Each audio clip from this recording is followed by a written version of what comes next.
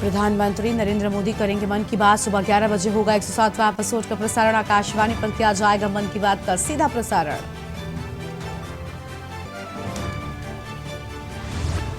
पुंछ में सूचना के बाद बड़े पैमाने पर तलाशी अभियान। ग्रामीण क्षेत्रों की घेराबंदी। वाहन चालक से लोअर कृष्ण घाटी के कांवड़िया क्षेत्र में 4 संदिग्धों की मिली सूचना। हरियाणा में आज तड़के आया भूकंप। रिक्टर पैमाने पर 3 रही तीव्रता। राष्ट्रीय भूकंप विज्ञान केंद्र के अनुसार सोनीपत में आज सुबह 4 बजे आया भूकंप।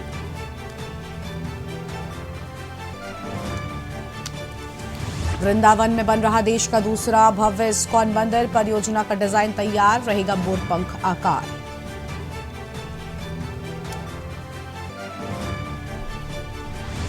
कनाडा में गायक गिप्पी ग्रेवाल के बंगले पर फायरिंग। लॉरेंस बिश्नोई गैंग ने ली जिम्मेदारी। सलमान खान का प्रमोशन करने पर मिली चेतावनी। देश भर में 15.5 करोड़ किसानों का ऋण का बोझ। 21 लाख करोड़ का है कर्ज। तमिलनाडु कर्ज में पहले नंबर पर। आप देख रहे हैं के न्यूज, खबरों का सारथी। नमस्कार, देश की बात में आप सभी का स्वागत है। मैं हूं आपके साथ गरिमा वाजपेयी। अहम खबर से करते हैं बुलेटिन की शुरुआत। मुख्यमंत्री मनोहर लाल का आज पानीपत का दौरा है। ब्रह्म कुमारी ध्यान केंद्र से नशा मुक्ति अभियान की शुरुआत करेंगे मुख्यमंत्री मनोहर लाल खट्टर। और पानीपत में नशा मुक्ति अभियान की शुरुआत होगी। समालखा में एक सार्वजनिक कार्यक्रम में भी हिस्सा लेंगे। आम जानकारी आपको हम बता दें, समालखा में एक कार्यक्रम में भी हिस्सा लेने की बात सामने आई है। पानीपत में नशा मुक्ति अभियान की शुरुआत किए जाने की बात सामने आई। आम खबर आपको हम बता दें, जहां पर अभियान की शुरुआत होगी। और ये बड़ी जानकारी आपको हम बता रहे हैं। ब्रह्म कुमारी ध्यान केंद्र से नशा मुक्ति अभियान की शुरुआत करेंगे। आम खबर आपको हम बता दें।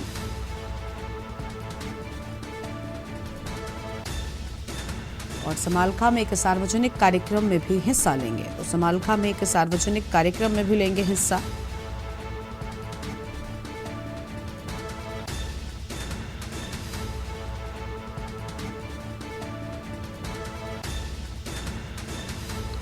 पानीपत में नशा मुक्ति अभियान की शुरुआत होगी। अहम खबर आपको हम बता रहे हैं। फिलहाल इस वक्त की बड़ी जानकारी आपको हम बता दें, समालखा में एक सार्वजनिक कार्यक्रम में भी हिस्सा लेने की बात सामने आ रही है।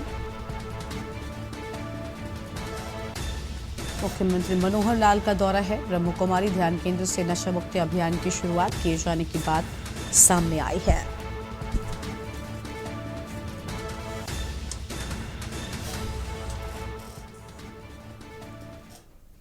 उत्तर प्रदेश कांग्रेस कमेटी के पदाधिकारियों की लिस्ट जारी कर दी गई है।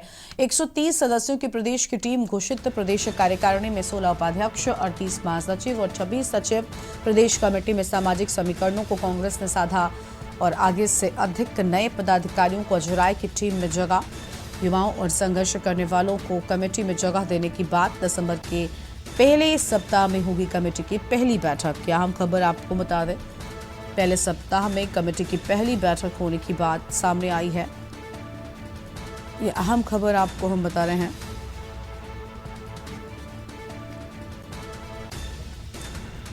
तो यहाँ हम जानकारी आपको हम बता दें, जहां पर दिसंबर के पहले सप्ताह में होगी कमेटी की बैठक। तो दिसंबर के पहले सप्ताह में कमेटी की बैठक होगी। और यह हम जानकारी आपको हम बता रहे हैं।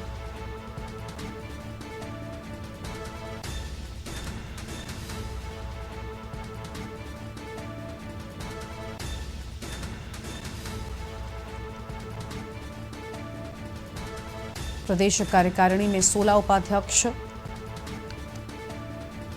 और प्रदेश कमेटी में सामाजिक समीकरणों को कांग्रेस ने साधा है। 50 वर्ष से नीचे अति पिछड़ा, दलित और अल्पसंख्यक समाज पर प्रमुखता से जगह। युवाओं और संघर्ष करने वालों को कमेटी में जगह देने की बात सामने आई है। अहम खबर आपको हम बता दें। फिलहाल ये बड़ी जानकारी आपको हम बता रहे हैं। 67% पदाधिकारियों की आयु से जुड़ी अहम खबर। उत्तर प्रदेश कांग्रेस कमेटी के पदाधिकारियों की सूची जारी कर दी गई है।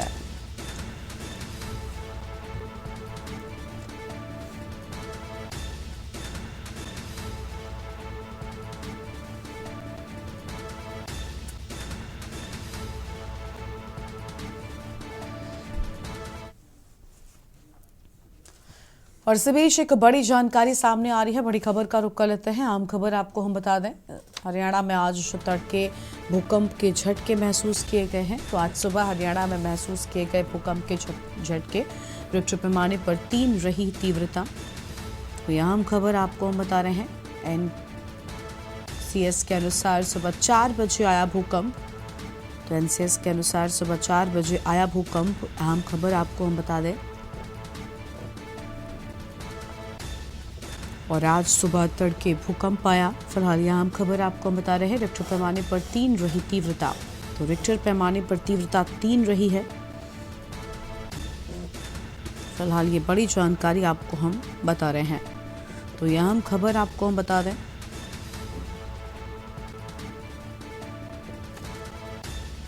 हरियाणा में आज तड़के आया भूकंप।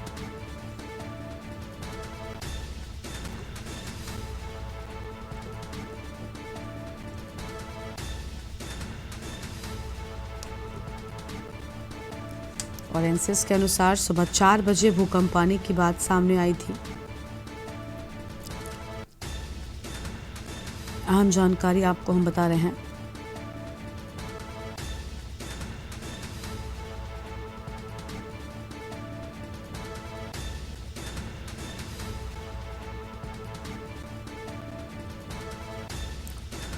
और एनसीएस के अनुसार तीव्रता ज़्यादा थी। हरियाणा के सोनीपत में भूकंप के झटके महसूस किए गए हैं। आम खबर आपको हम बता रहे हैं। हरियाणा के सोनीपत में महसूस किए गए भूकंप के झटके।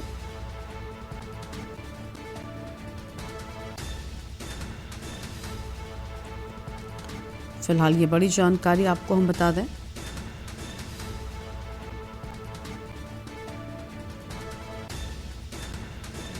और हरियाणा के सोनीपत में भूकंप के झटके महसूस किए गए। सुबह ही ये भूकंप आया। आज सुबह 4 बजे के लगभग बताया जाता है ये भूकंप था। रिक्टर पैमाने पर तीव्रता 3 थी। तो यहाँ हम खबर आपको हम बता रहे हैं।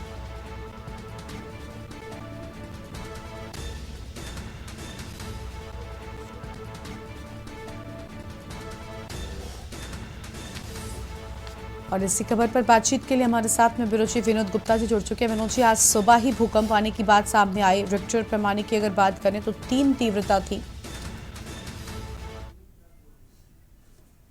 आज भूकंप की बात करें तो पिछले एक महीने के अंदर अंदर 3 बार जो है हरियाणा के अलग अलग जिलों में भूकंप के झटके महसूस किए जा चुके हैं।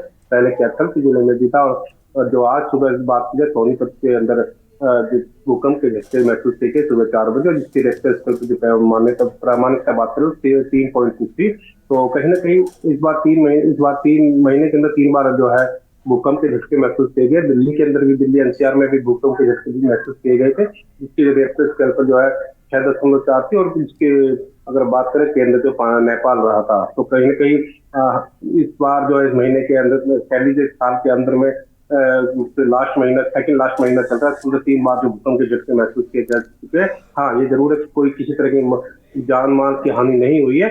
हाँ, इतना जरूर है कि हो सकता है कि एनएस के द्वारा जो है कि झटके की जो मान्यता की दोबारा आते हैं कहीं ना कहीं जब भूकलन में बिल्कुल, देखिए भूकंप के चलते कई लोगों में अफरा तफरी भी देखने को मिली है। लोग तुरंत ही उठ गए। और शुक्रिया आपका विनोद जी हमारे साथ जुड़ने के लिए। तो यह आम खबर आपको बता दें, जहां पर रिक्टर पैमाने पर 3 रही है तीव्रता। और एनसीएस के अनुसार सुबह 4 बजे भूकंप आया था। यह आम खबर आपको हम बता रहे हैं।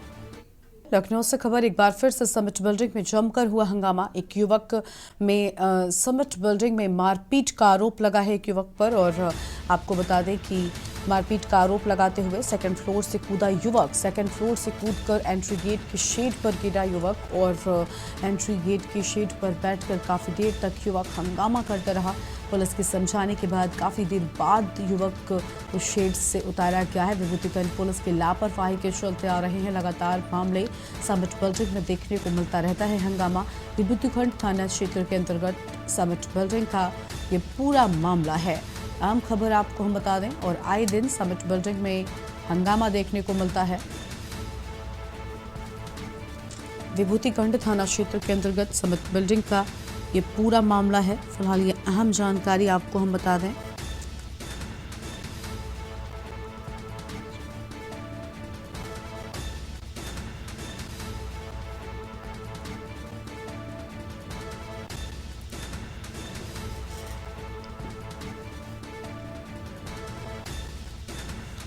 और इसी खबर पर बातचीत के लिए हमारे साथ हमारे संवाददाता भरत सेठी जुड़ चुके हैं। भरत, लगातार हम देखते आए हैं कि लखनऊ के समिट बिल्डिंग में हंगामे की तस्वीरें भी सामने आई हैं। कई बार मारपीट हुई है, कई बार यहां पर हमने देखा है गोलियां तक चलने की नौबत आ जाती है। लेकिन बावजूद इसके जो स्थानीय पुलिस है वो उस बिल्डिंग पर या जो लोग हंगामा करते हैं उन पर पूरी तरीके से एक्शन क्यों नहीं ले पाती है? देखिए, बिल्कुल आपको बता दें कि समिट बिल्डिंग रईस जादव का एक अड्डा बनता जा रहा है। वीकेंड की अगर बात करें तो वहाँ पर तमाम जो लड़कियां हैं, लड़के हैं, वो ऐश करने के लिए पहुंचते हैं। वहाँ पे नशे का एक बहुत बड़ा कह सकते हैं कि जिस तरह से ड्रिंक्स होती है बाहर के अंदर, तमाम नशे के लोग आदि हो जाते हैं, वहाँ पहुंचते हैं। अगर बात करें उस नशे के बाद भी वहाँ पर अक्सर देखा गया है कि लड़कियां कभी हंगामा करती हैं, कभी लड़कों में मारपीट होती है, लड़कियों को लेकर डांस में, बार में तमाम जो चीजें हैं वो सामने आती है। लेकिन अक्सर ये देखा गया कि पुलिस की जो लापरवाही है वही उजागर होती है। अगर पुलिस वीकेंड में थोड़ी सख्ती बरते तो शायद ऐसे मामले सामने नहीं आएंगे। ये ताजा मामला लखनऊ के समिट बिल्डिंग का ही कल देर रात को बताया जा रहा है, जहाँ पर एक युवक के साथ बार के अंदर मारपीट हुई और उनके अन्य जो साथी थे मारपीट जब हो रही थी वो वहां से भाग निकले और युवक ने अपनी जान बचाने के लिए सेकंड फ्लोर से छलांग लगा दी। सेकंड फ्लोर से जैसे ही छलांग लगाई तो गेट के जो एक शेड बना था, शेड पर युवक जाके गिर गया और वहां पर जैसे ही ये जानकारी विभूतिखंड पुलिस मौके पर भारी फोर्स के साथ समझाने का प्रयास किया गया है। काफी देर बाद युवक को समझाया गया और मौके पर एसएचओ पहुंचे और उन्होंने तत्काल को वापस उतारा और आश्वासन दिया जिसने आपके साथ मारपीट की उसके ऊपर कार्रवाई की जाएगी और उसके बाद युवक को टाल लिया गया। लेकिन अगर बात करें समिट बिल्डिंग की तो रोजाना वहां पर अगर बात करें वीकेंड के अगर समय तो अक्सर ये मामले सामने आते हैं। कभी युवक युवतियों में आपस में भिड़त होती है, कभी वहां पे बाउंसरों के साथ लड़कियों और लड़कों में लड़ाई की जाती है, या फिर कभी कभी तो ऐसी अभद्रता देखी गई है कि लड़कियों को कपड़े तक फाड़ दिए जाते हैं। उसका जो ढीलापन है, ढीला रवैया है, वो आए दिन अगर रहने के कारण आए दिन जो ऐसे मामले हैं वो लगातार सामने आते रहते हैं। जी बिल्कुल, साफ तौर पर हम देखते हैं कि लगातार इस तरीके के मामले देखने को मिले हैं। और अगर बात करें इस बिल्डिंग के तो काफी पास में विभूतिखंड थाना है, बहुत कम दूरी पर है स्थित, लेकिन बावजूद उसकी क्या वजह रहती है? क्योंकि हमने देखा है इस बिल्डिंग में कई सारे बार भी हैं जहां पर पार्टी करने के लिए देर रात तक लोगों का जमावड़ा रहता है। क्या इनकी टाइम लिमिट सेट करने को लेकर कोई आज तक बात नहीं हुई? क्योंकि ये बिल्डिंग है जो लखनऊ में हमने देखा है कि कितनी सारी कलह जो है वो इस बिल्डिंग से निकलकर सामने आती है, न जाने कितने विवाद इस बिल्डिंग से शुरू हुए हैं। तो आखिर इतने नजदीक होने पर भी थाने के लोग मौके पर क्यों नहीं पहुंचते?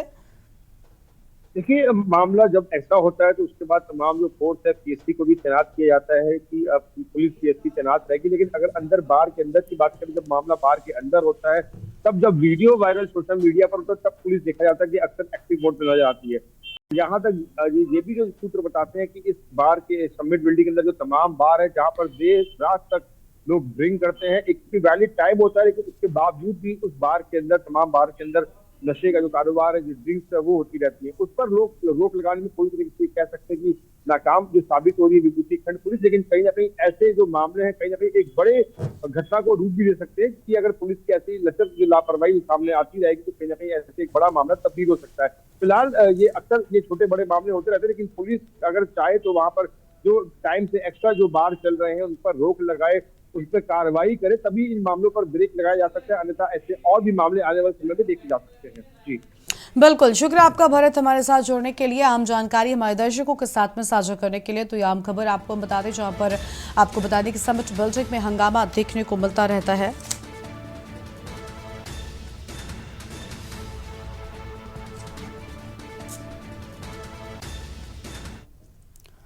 रायबरेली से खबर आपको हम बताते हैं। इस बीच आम खबर आपको हम रायबरेली से बता दें, जहां पर आगामी लोकसभा चुनाव के पहले लोगों में दिख रही नाराजगी। आम जानकारी आपको हम बता दें, टंकी का निर्माण कार्य रुकवाए जाने को लेकर आपको बता दें कि जल जीवन मिशन के तहत बन रही पानी की टंकी का मामला, टंकी का निर्माण कार्य रुकवाए जाने से मोहल्लेवासी नाराज, हाथों में पोस्टर लेकर बीजेपी प्रत्याशी का बहिष्कार करने की बात कही है। आम खबर, बीते दिनों शुरू हुआ था पानी की टंकी का निर्माण कार्य बाधित होने से मोहल्लेवासी नाराज नजर आए हैं और अमावा ब्लॉक के पूरे सूबेदार मशरे बुढ़नपुर गाँव का ये पूरा मामला है।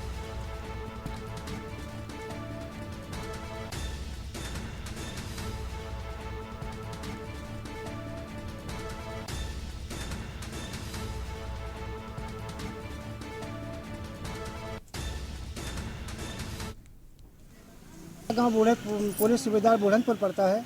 जल जीवन मिशन की टंकी आई है, ग्राम सभा सरकार की टंकी आई है, जिसका यहाँ जो दबंग लोग रुकवा दिए हैं। हम लोग शासन प्रशासन से मिले, शासन प्रशासन से कोई इसका निदान नहीं मिल रहा। काम रुकवाने का कारण क्या है? काम रुकवाने का कारण यह है कि दबंग गुंडा लोग इसको इस रोड की ज़मीन है इसको झड़पना चाहते हैं।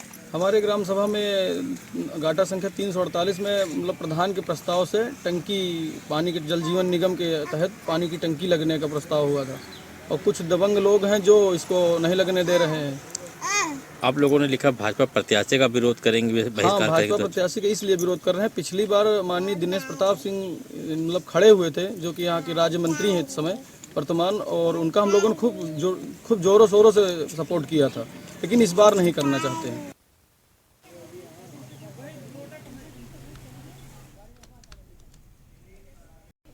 और इसी खबर पर अधिक बातचीत के लिए हमारे साथ हमारे संवाददाता विवेक पराशरी जुड़ चुके हैं। विवेक, पूरा मामला क्या है? बताया जा रहा है कि टंकी निर्माण को लेकर कुछ बात हुई थी यहाँ पर। विवेक, आवाज मिल रही है आपको?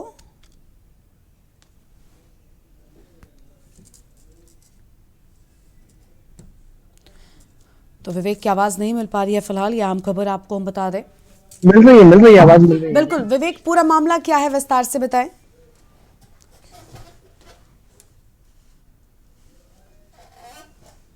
तो विवेक से संपर्क टूट गया है फिलहाल, अहम खबर आपको हम बता दें।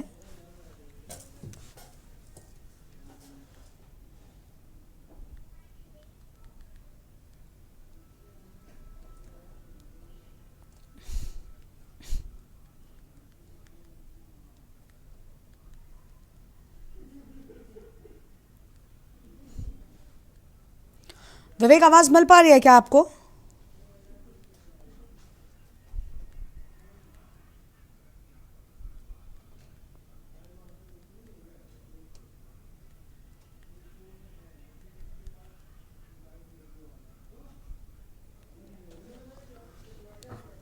तो विवेक से संपर्क नहीं हो पा रहा है।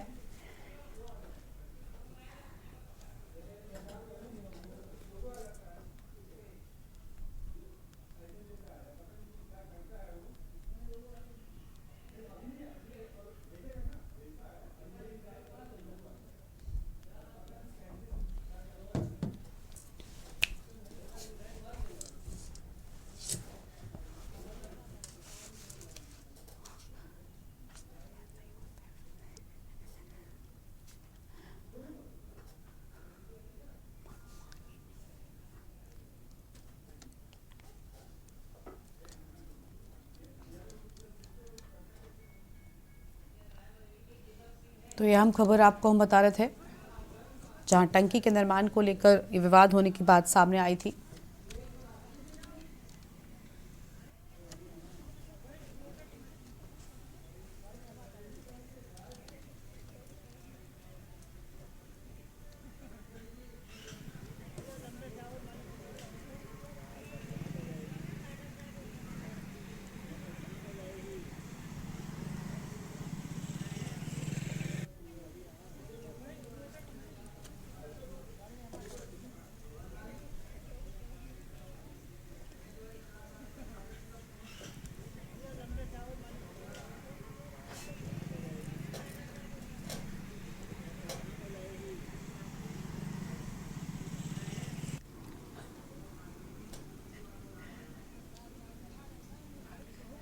तो रायबरेली से खबर आपको हम बताए थे, जहां पर आगामी लोकसभा चुनाव के पहले लोगों में दिख रही है नाराजगी। जल जीवन मिशन के तहत बन रही पानी की टंकी का ये पूरा मामला है।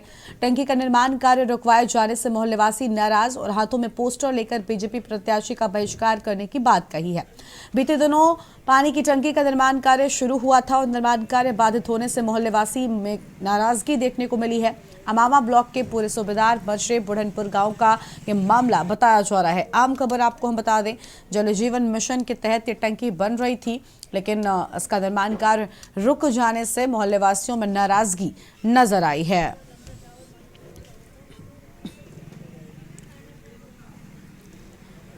और हमारे साथ में सलाहकार संपादक केबक सिंह साहब जुड़ चुके हैं। सिंह साहब, स्वागत आपका के न्यूज इंडिया पर। सिंह साहब, पानी की टंकी का निर्माण हो रहा था, मोहल्लेवासी जब ये निर्माण रुका तो नाराज नजर आए और उन्होंने साफ तौर पर ये कहा है कि वो बहिष्कार भी करेंगे जो स्थानीय प्रत्याशी होगा। और क्योंकि जल जीवन मिशन के तहत ये टंकी बन रही थी तो इसका निर्माण कार्य आखिर क्यों रुका होगा? निश्चित तौर पे ये जो जल निगम जो पानी की टंकी लग रही है, जल संसाधन विभाग एक बहुत बड़ा विभाग है, इसके लिए भारत सरकार पैसा देती है।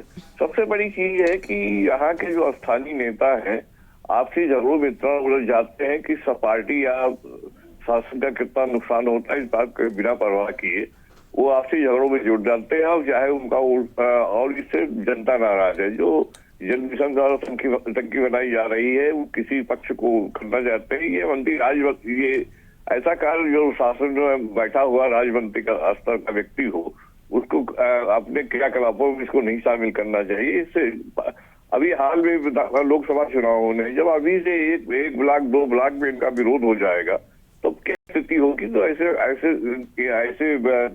कार्यक्रमों से, ऐसे क्रियाओं से इनको राजमंत्री को बचना चाहिए। दबंगई से कोई सर्वसहमति से काम होता है।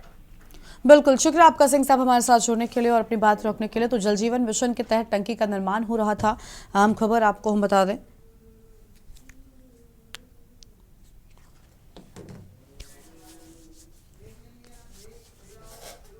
खबर लखनऊ से है जहां पर शाइन सिटी घोटाले को लेकर ईडी ने ताबड़तोड़ छापेमारी की है। जालसाज राशिद नसीम साथी गरीबियों एजेंटों पर छापेमारी की बात सामने आई है। एक साथ 23 ठिकानों पर ईडी ने की है कार्यवाही। छापेमारी में 1.6 करोड़ नगद और बड़ी संख्या में जेवरात भी बरामद किए गए हैं। लखनऊ सहित दिल्ली, आजमगढ़, मुंबई में ईडी ने की है छापेमारी। जालसाज राशिद नसीम दुबई में कर रहा हीरों का कारोबार, दिल्ली मुंबई के ज्वेलर्स से कर रहा डील। मुख्य एजेंट शशि बाला को हरदोई से गिरफ्तार किया गया है। आम जानकारी आपको हम बता दें। और दिल्ली से खबर, अरे माफ कीजिएगा, दिल्ली मुंबई के ज्वेलर्स से ये डील कर रहा था। फिलहाल ये बड़ी जानकारी आपको हम बता दें।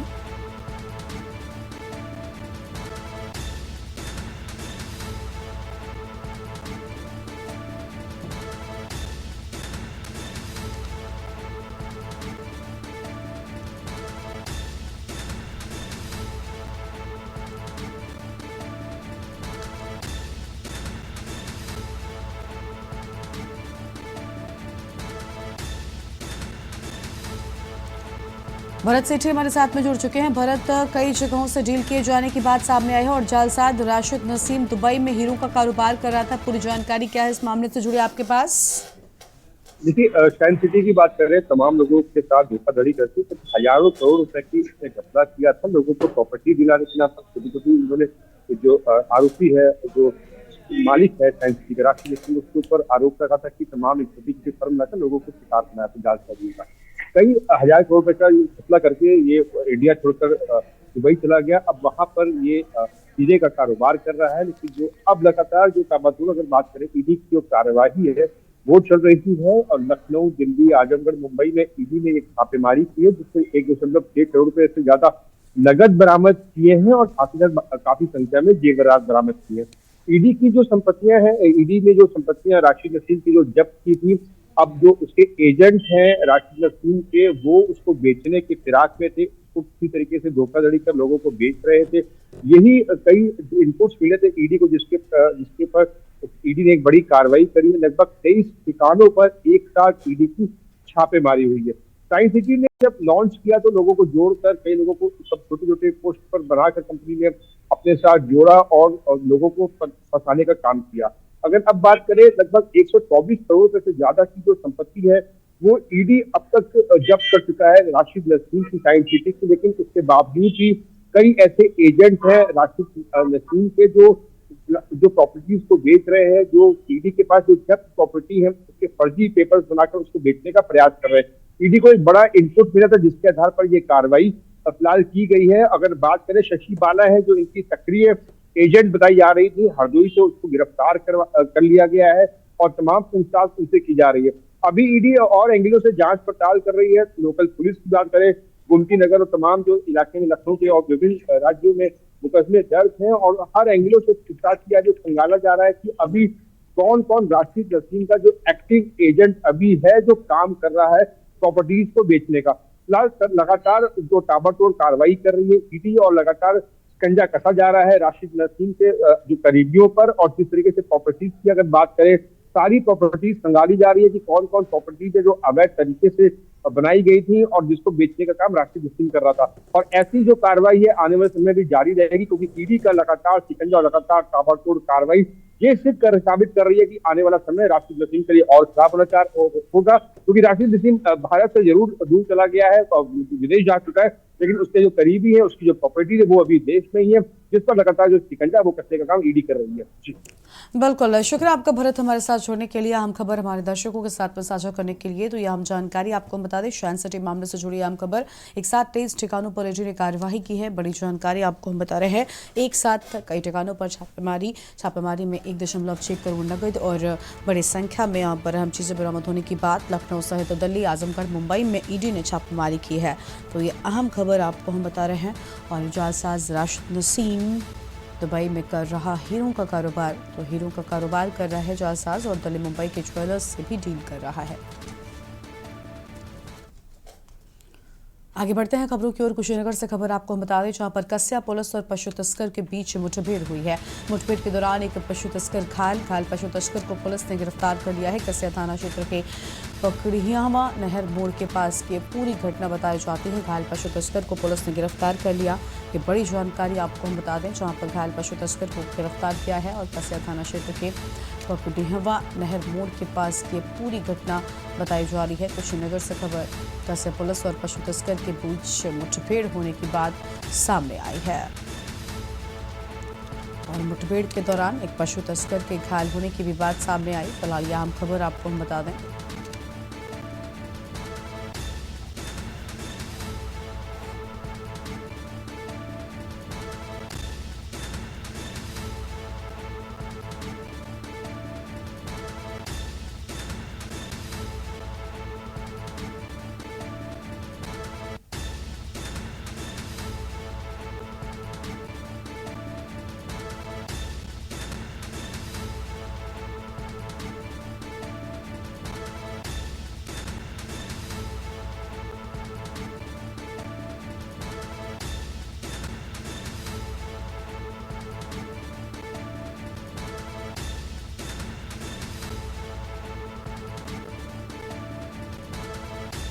घायल पशु तस्कर को पुलिस ने गिरफ्तार कर लिया है। कस्या पुलिस और पशु तस्कर के बीच में मुठभेड़ होने की बात सामने आई है।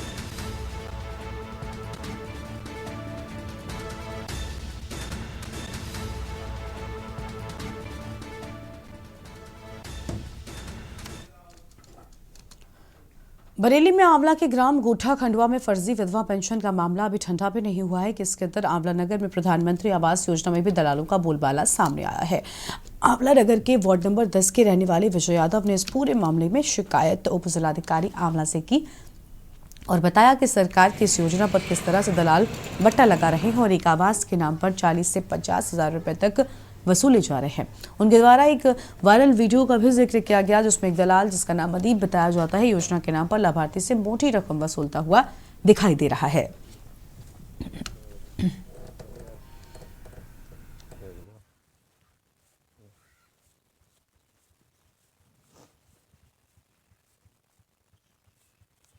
कल यार व्यवस्था बना के रखी, कल तुमने फोन ही नहीं उठाया भाई पूरी।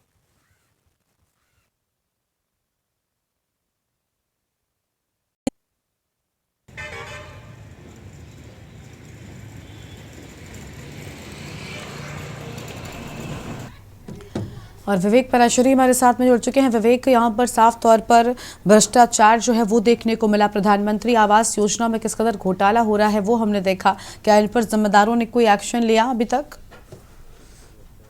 कल शिकायतकर्ता ने यहाँ एसडीएम उप जिलाधिकारी महोदय से इस पूरे प्रकरण की शिकायत की और एक ये जो वीडियो वायरल होता है ये भी उनको कराया। उप जिलाधिकारी ने तत्काल इस पर कार्रवाई करते हुए एक पत्र जारी किया है, उनका कहना है, और पत्र जारी करके इस जो भी इसमें जो लेता हुआ दिखाई दे रहा है, जो अदीब नाम का व्यक्ति बताया जा रहा है, इसके ऊपर एफआईआर करने के निर्देश दिए। और एक नई लिस्ट जारी हुई है। उस शिकायतकर्ता की ये भी मांग है कि उसकी भी पूरी जांच की जाए। जांच पड़ताल करने के बाद ही लाभार्थियों को इस योजना का लाभ दिया जाए आगे भी। इस पूरे प्रकरण में जो साधक नाम का है, हम लोगों ने जब ग्राउंड जीरो पर जब गए, हम लोगों ने देखा, मैं उसी के मकान के सामने, उसी के घर के सामने खड़ा हूं, जो त्रिपाल तान कर यहाँ पर रह रहा है, किसी तरीके से अपने घर का जीवन यापन करता है और कच्ची कोठरी में रह रहा है। ऐसे लोगों तक ये योजना नहीं पहुंच रही है, जबकि जो लोग संपन्न है, जो लोग किसी तरीके से पूरी तरीके से संपन्न है, उनके पास ये योजना पैसे देकर किसी तरीके से दलालों की वजह से ये योजना पहुंच जाती है। बिल्कुल, साफ तौर पर हम देख पा रहे हैं कि किस तरीके से इस पूरी योजना में जो है वो भ्रष्टाचार और घोटाले सामने आए हैं। इसके पहले भी हमने देखा था विधवा पेंशन योजना में किस तरीके से घोटाला हो रहा था। क्या जो एक तरफ प्रशासन की जिम्मेदारी बनती है, उसके साथ ही साथ जो अधिकारी होते हैं वो भी इस सब पर एक्शन ले सकते हैं, लाभार्थियों तक सही लाभ पहुंचे इन सरकारी योजनाओं का, इसको लेकर जो जिम्मेदार बीडीओ या फिर सीडीओ, जिनको जो इस पूरी परियोजना के अधिकारी होते हैं, क्या उनकी ओर से कोई बात, कभी कोई एक्शन उठाने की नहीं कही जाती? क्योंकि ये सीधा संबंध डूडा से रखा जाता है, डूडा के माध्यम से यहाँ प्रधानमंत्री आवास, लेकिन इसमें लेखपालों की भी बड़ी भूमिका होती है। जो स्थानीय स्तर पर लेखपाल इसको संस्तुति देते हैं, आखिरी संस्तुति वही देते हैं इसमें जांच करने के उपरांत। लेकिन कहीं ना कहीं भ्रष्टाचार चरम पर है। 40 से 50 रुपए वसूले जाते हैं यहाँ पे हर एक लाभार्थी से, और 5,000 रुपए पहले प्रथम स्थल पर जब फाइल मूव की जाती है तो 5,000 रुपए जो दे सकता है उसका ही नाम उस योजना में लाया जाता है, नहीं तो उस योजना से बाहर कर दिया जाता है। आप मेरे पीछे या स्क्रीन पे भी, टीवी स्क्रीन पे भी देख सकते हैं जिस तरीके से जो विजुअल चल रहे हैं, जो गरीब व्यक्ति है, जो जिसका पैसा नहीं है देने को, वो कहीं ना कहीं इस योजना का लाभ नहीं ले पा रहे हैं। और सरकार की एक बहुत अच्छी योजना है जो गरीबों तक नहीं पहुंच पा रही है। बिल्कुल, साफ तौर पर देखिए, सरकार की ओर से भले ही पहल की जाती हो, लेकिन इन बिचौलियों के चलते सरकारी योजनाओं का लाभ लाभार्थी ठीक तरीके से नहीं उठा पाते। शुक्रिया आपका विवेक, हमारे साथ जुड़ने के लिए, आम खबर दर्शकों तक पहुंचाने के लिए। तो आंवला नगर में प्रधानमंत्री आवास योजना में घोटाला देखने को मिला है। विधवा पेंशन के बाद अब प्रधानमंत्री आवास योजना पर भी दलालों का राज नजर आता है। आंवला नगर में प्रधानमंत्री आवास योजना में घोटाले की बात सामने आई है।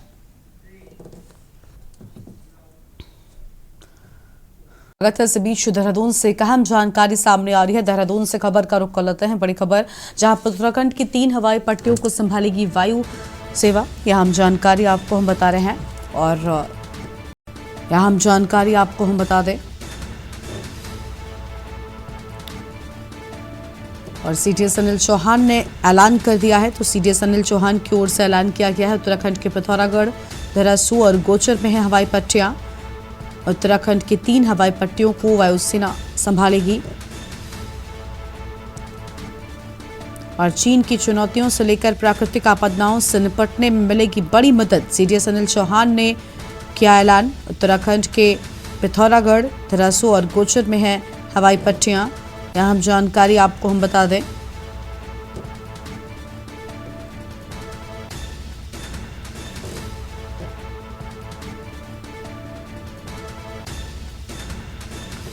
चीन की चुनौतियों से लेकर प्राकृतिक आपदाओं से भी निपटने में मदद मिलेगी। और सीडीएस अनिल चौहान ने ऐलान कर दिया है।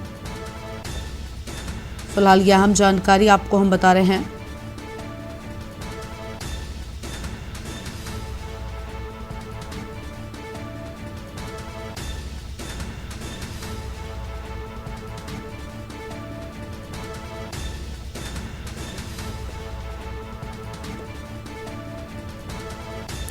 अहम खबर आपको हम बता दें, उत्तराखंड के पिथौरागढ़, देहरादून और गोचर में हवाई पट्टियां हैं। और हमारे साथ में ब्यूरो चीफ राजेश वर्मा जी जुड़ चुके हैं। राजेश जी, उत्तराखंड की 3 हवाई पट्टियों को अब वायुसेना संभालेगी।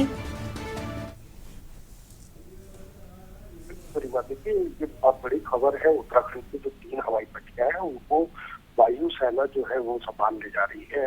अब जो प्रक्रिया है वो देने की वो शुरू हो चुकी है। देखिए, सबसे ज्यादा ये कहा जा सकता है कि जो चुनौतियां हैं और जो प्राकृतिक आपदाएं जो है उत्तराखंड में आती है, तो कहीं न कहीं जो वायुसेना है उसका हमेशा बड़ा रोल होता है। और इसी वजह है कि जो स्थायी तौर पे अगर जो उत्तराखंड में पहले से ही हवाई पट्टियां है तो उनको सरकार ने ये हवाई पट्टियां वायुसेना को देने का फैसला किया है।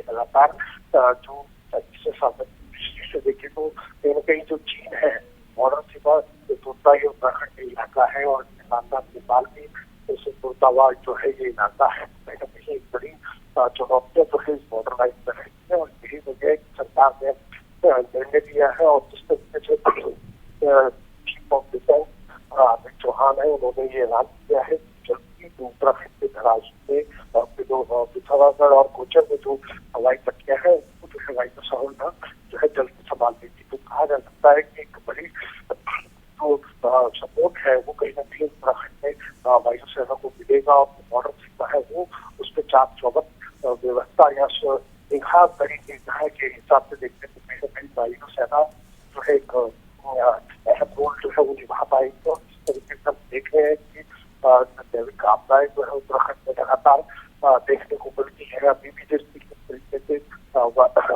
11 में जो जंगल में मजबूत फंसे हैं, और या उससे पहले उत्तरकाशी में भी इस तरीके की घटना हुई है, कई जैविक आपदा जो है वो आ चुकी है। तो हमेशा जो है राहत और बचाव के लिए वायुसेना का जरूरत पड़ती है, और यही वजह है कि अब जो है सरकार ने निर्णय लिया है कि हवाई पट्टियां हैं वो वायुसेना के जाए। इसको लेकर के जो प्रक्रिया है सरकारी वो इसमें जो है पेपर वर्क शुरू हो चुकी है। तो कहा जा सकता है कि वायुसेना को जो है पट्टियां मिलती है तो एक बड़ा सपोर्ट जो है उत्तराखंड को भी मिलता है। और बॉर्डर वापस जिस तरीके से देखा जाता है कि चीन जो है लगातार अपनी घुसपैठ करता है, तो उसके ऊपर भी एक बड़ी निगरानी जो है वो वायुसेना बना पाएगी। बिल्कुल बिल्कुल राजेश जी, शुक्रिया आपका हमारे साथ जुड़ने के लिए, अहम खबर हमारे दर्शकों के साथ में साझा करने के लिए। तो ये बड़ी खबर सामने आई है जहां पर सीडीएस अनिल चौहान ने ऐलान कर दिया है, और आपको बता दें कि अब 3 हवाई पट्टियों को वायुसेना संभालेगी, और उत्तराखंड के पिथौरागढ़, धरासू और गोचर में हवाई पट्टियां हैं। अहम खबर आपको हम बता रहे हैं, उत्तराखंड की 3 हवाई पट्टियों को वायुसेना संभालेगी। ऐलान कर दिया गया है यहाँ पर चीन की चुनौतियों से लेकर प्राकृतिक आपदाओं से भी निपटने में मदद मिलेगी, और सीडीएस अनिल चौहान ने ऐलान किया है। ये बड़ी जानकारी आपको हम बता रहे हैं जहां पर सीडीएस अनिल चौहान की ओर से ऐलान कर दिया गया है। उत्तराखंड के पिथौरागढ़, धरासू और गोचर में हैं हवाई पट्टियां।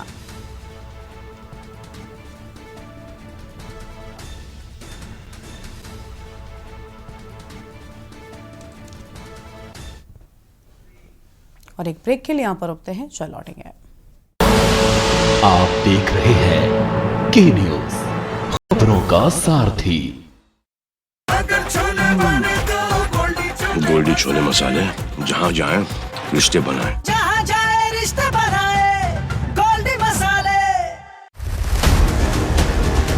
जनता के मुद्दे, जनता की बात, सरकार का रवैया, जनता की पुकार। इत की बात ना उत की बात, हम करेंगे जनहित की बात। के न्यूज रखता है सबसे सरोकार।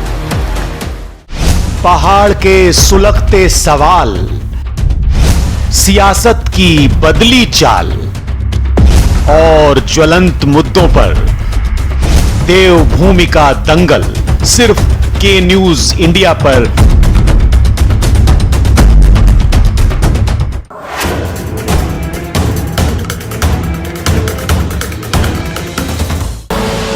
आप देख रहे हैं के न्यूज, खबरों का सारथी।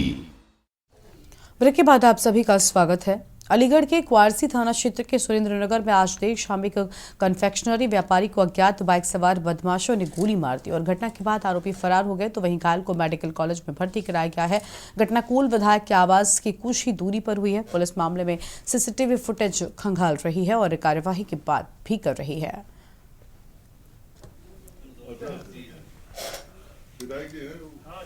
घटना जो हो गई है वही देख लीजिए।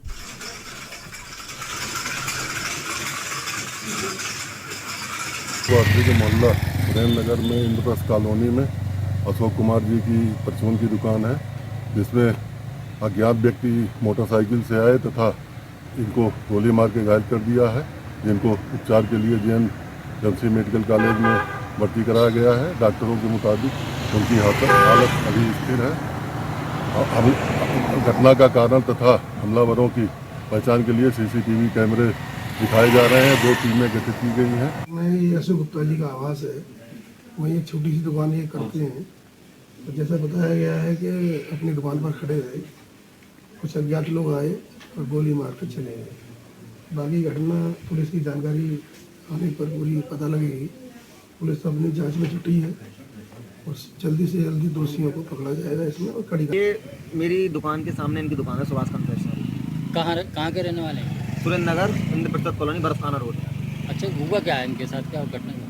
हुआ ये था कि ये दुकान पर बैठते हैं, इनके बड़े बेटे हैं वो भी दुकान पर बैठते हैं, उनका थोड़ा सा पैर में दिक्कत है, विकलांग है, तो इनकी जो है ये हेल्प करने के लिए शाम को बैठे थे दुकान पर। तो 3-4 लड़के वहाँ खड़े हुए थे, तकरीबन दुकान से 20-30 मीटर दूर, और तीनों के मुंह पे डाटा बंधा हुआ था और तीनों चारों खड़े हुए थे। और खड़े होके वो दुकान के पास आए हैं, उन्होंने सामान मांगा था या सामान क्या किया, इतने में तो उन्होंने इनमें मार कर दिया। क्या मारा? उन्होंने गोली मारी है। क्या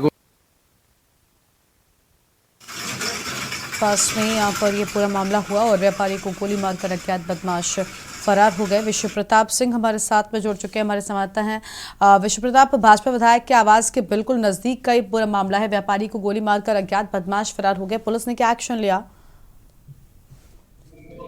बिल्कुल, देखिए कि अलीगढ़ पुलिस के मुंह पे सीधे तौर पे समाचार होगा कि जिस तरीके से लगातार जो है अलीगढ़ में जो है अपराध बढ़ते जा रहे हैं, अपराधियों के हौसले लगातार बुलंद है, वहीं जो है बीजेपी के मौजूदा विधायक अनिल पारासर के घर के बिल्कुल बराबर में परचूनी की दुकान है और जो है देर शाम जो है 3 बाइक सवार आते हैं और गोलियां जो है मार के जो व्यापारी को मौके से फरार हो जाते हैं। हालांकि पुलिस घंटे को जो है पूरी घटना को 12 घंटे से ज्यादा का वक्त बीत चुका है, लेकिन पुलिस अभी खाली आते है। पुलिस के हाथ अभी ना तो कोई अपराधियों का कोई सुराग लगा है, ना कोई कारण पुलिस अभी तक स्पष्ट कर पाई है कि किन कारणों के चलते इस पूरी वारदात को अंजाम दिया गया था। वहीं अगर व्यापारी की बात करें तो व्यापारी भी कहीं ना कहीं बीजेपी से जुड़ा हुआ बताया जा रहा है और उसके अलावा उसका इलाज मेडिकल कॉलेज में चल रहा है, हालांकि खतरे की स्थिति से बाहर है। वहीं जो है पुलिस के जो आला अधिकारी है वो पूरी घटना पर नजर बनाए हुए हैं और जल्द से जल्द इस घटना से जो है सफल जो है अनावरण। व्यापारी को गोली मारकर अज्ञात बदमाश फरार हो गए हैं। अलीगढ़ से खबर, भाजपा विधायक के आवास के पास का ये पूरा मामला बताया जा रहा है।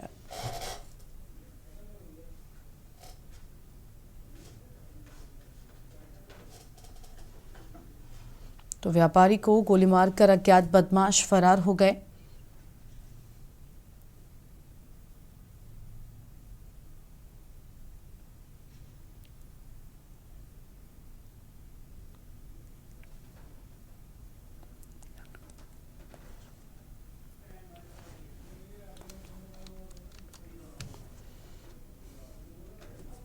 पंद्रह साल पहले 26 नवंबर 2008 को हुआ चरमपंथी हमला एक ऐसी पहचान है जिसे मुंबई कभी अपने नाम नहीं करना चाहता था।